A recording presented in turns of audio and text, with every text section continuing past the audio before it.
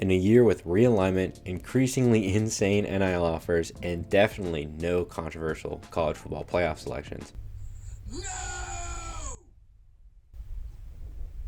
Kentucky Wildcats, no! The Missouri Tigers proved to be one of the many surprising stories this season.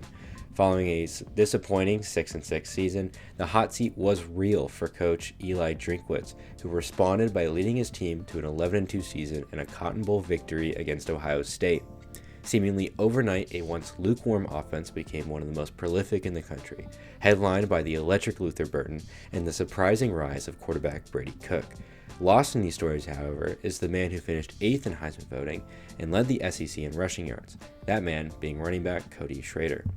Now, if you watch a Mizzou game this year, you likely know the story of Cody Schrader, but for those who don't, Schrader wasn't always seen as the future bell cow back for Mizzou. Coming out of Lutheran South High School in St. Louis, Missouri, Schrader was a zero-star prospect, not even ranked on recruiting websites.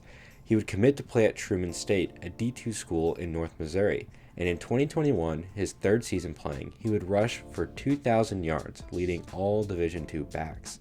After this season, he would transfer to walk-on at Mizzou, and in the 2022 season, he would eventually win out the full-time starter job and rush for 745 yards and 9 touchdowns. If we were to stop it right here, this story in itself would be a success. Schrader saw success at both the D2 level and was able to make the jump to the SEC level, eventually winning the starting job. But Schrader seemed to be more of a stopgap solution for the Tigers, offering prowess in short yardage scenarios and operating with okay efficiency. So nobody really could have predicted what he would do this last year. Looking at the difference between 2022 and 2023 Cody Schrader, you would swear you're watching a man possessed. Schrader was running with a completely revitalized burst, a sense of patience, and a power to run over defenders that he had not shown in the last year. Schrader would see a complete jolt in his statistics, rushing for 100 yards in 9 of his 13 games, and boosting his yards per carry, from an okay 4.4 to an astonishing 5.9, which he held at a larger volume than he had the year before. Overall, Schrader would finish with 1,627 rushing yards, leading the SEC by almost 500 yards, and finish 8th in Heisman voting. The highlight game of his season was his game against Tennessee, where he rushed for 205 yards, caught 5 passes for 116 yards, scored a touchdown, and became the first SEC player to rush for 200 yards and receive for 100 yards. Talk about an ESPN stat. So what made Schrader so special this year? One of the big things that stands out when you watch Schrader's game is his balance of burst and power. Schrader isn't necessarily the fastest guy ever, but he certainly is not slow. Last year, he was able to hit holes with a good sense of speed, which allowed him to quickly eat up yards behind one of the nation's better offensive lines.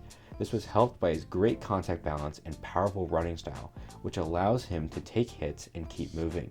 This is a big reason why Drinkwitz relied on Schrader a lot this year to get the offense moving. This also makes him interesting as an NFL prospect, and while I don't think Schrader is a positive level receiver, he showed flashes throughout his career as a back who can become at least an option through the air, and these opportunities might show themselves a little bit more at the next level. If there's one thing that Schrader has proved over his collegiate career, it's that you really can't doubt this guy out. He has improved massively at every single level he's played at and took the nation by storm this last season. I could see a coaching staff falling in love with his work ethic, and I think if you give him the opportunity to spearhead your rushing attack, it's going to be hard to take the snaps away from him.